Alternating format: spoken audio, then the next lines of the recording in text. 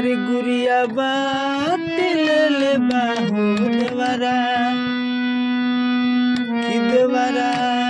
बखरा में बाया गाल काट ले ले बाहू देवरा